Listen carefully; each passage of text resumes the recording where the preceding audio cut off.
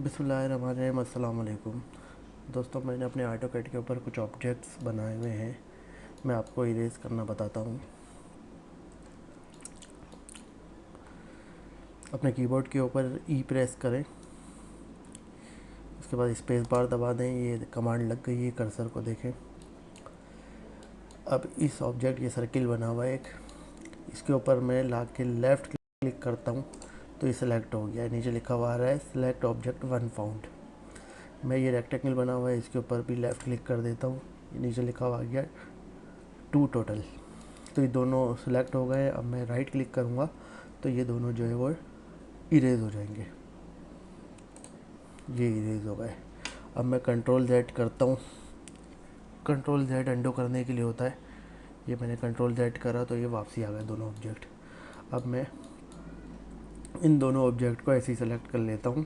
अभी मैंने कमांड जो है बिल्कुल ख़त्म कर दी है। लेफ़्ट क्लिक करके इसको सेलेक्ट करा, लेफ़्ट क्लिक करके इसको सेलेक्ट करा, इन दोनों को सेलेक्ट करके डिलीट का बटन दबाऊँगा तो भी ये दोनों ऑब्जेक्ट डिलीट हो गए। चलिए मैं कंट्रोल जेड करके दोबारा लेकर आता हूँ दोनों ऑब्जेक्ट को। अब फिर मैं ये इरेज की कमांड दूंगा, ई स्पेस बार। अब देखिए मैं यहाँ से इसके ऊपर क्लिक नहीं कर रहा किसी ऑब्जेक्ट के ऊपर, बल्कि स्क्रीन के ऊपर क्लिक कर रहा हूँ, लेफ़्ट क्लिक कर रहा हूँ। ये देखिए अब मैं लेफ़्ट की तरफ लेकर जा रहा हूँ तो विंडो बन रही है, और राइट की तरफ लेके जा रहा हूँ तो अलग विंडो बन रही है। ये जो राइट की तरफ विंडो जा रही है इसको कहते हैं नॉर्मल विंडो, और ये जो लेफ़्ट की तरफ जब मैं लेके जा रहा हूँ अपने माउस को तो ये है क्रॉसिंग विंडो।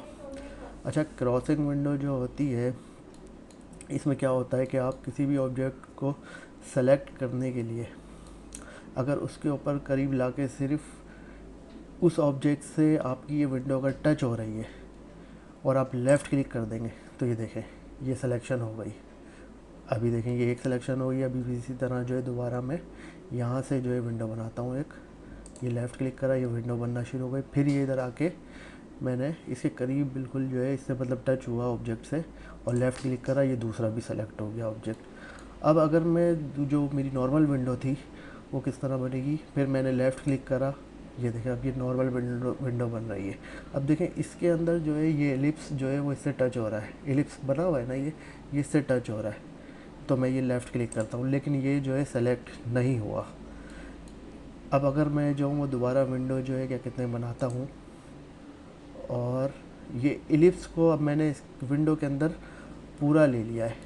इस विंडो में जैसे ही पूरा आया तो अब मैं लेफ़्ट क्लिक करूँगा तो ये देखें ये सिलेक्ट हो गया है। तो इन दोनों विंडोज़ के अंदर जो है ये फ़र्क है कि अगर क्रॉसिंग विंडो से कोई भी ऑब्जेक्ट सिर्फ टच होगा तो वो सेलेक्ट हो जाएगा, और अगर और जो नॉर्मल विंडो है आपकी इसके अंदर ऑब्जेक्ट का पूरा आना ज़रूरी है। ये देखें एक बार और देख लें, ये मैंने विंडो बनाना शुरू करी, ये नॉर्मल विंडो है, ये देखें लाइन के ऊपर आ गई है। देखिए आधे से ज़्यादा जो है इसके ऊपर आ गई है। मैंने क्लिक करा, सेलेक्ट नहीं हुई, और मैं क्रॉसिंग विंडो बनाने लगता हूँ। ये देखें ये सिर्फ ये कॉर्नर सिर्फ जाके से टच हुआ है, और लेफ़्ट क्लिक करा, ये फ़ौरन जो है सिलेक्शन हो गई है। ये इसी तरह जो है कॉपी, मूव और इरेज हर कमांड में इसी तरह ये विंडो काम करती है।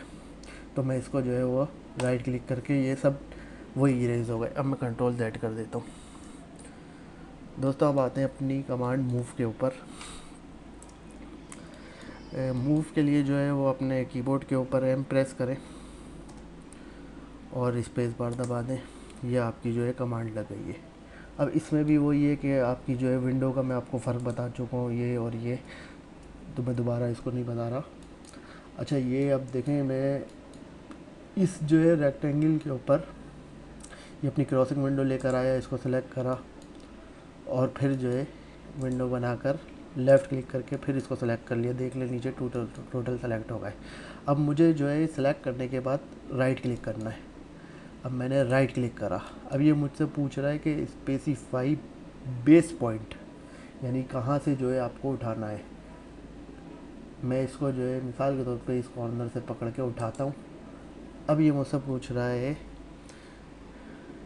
स्पेसिफाई सेकंड पॉइंट और यूज़ फर्स्ट पॉइंट। अगर मैं फ़र्स्ट पॉइंट जो मतलब पहले जिस पर करा था अगर उसी पे जो है वो क्लिक कर दूँगा तो वापसी वो अपनी जगह पे रहेगा, लेकिन मुझे जो है इसको सेकंड पॉइंट देना है।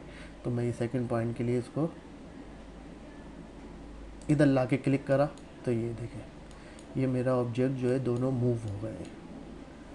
फिर से करके देख लेते हैं, एम स्पेस।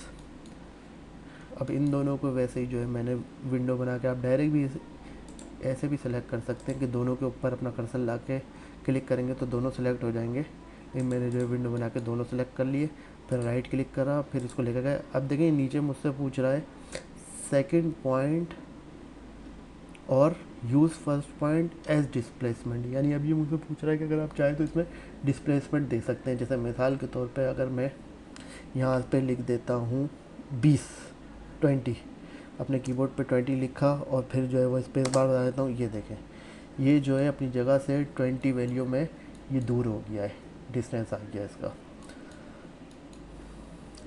ठीक है, अच्छा मुझे यकीन है कि आपको जो है वो इरेज और मूव की कमांड समझ आ गई होगी।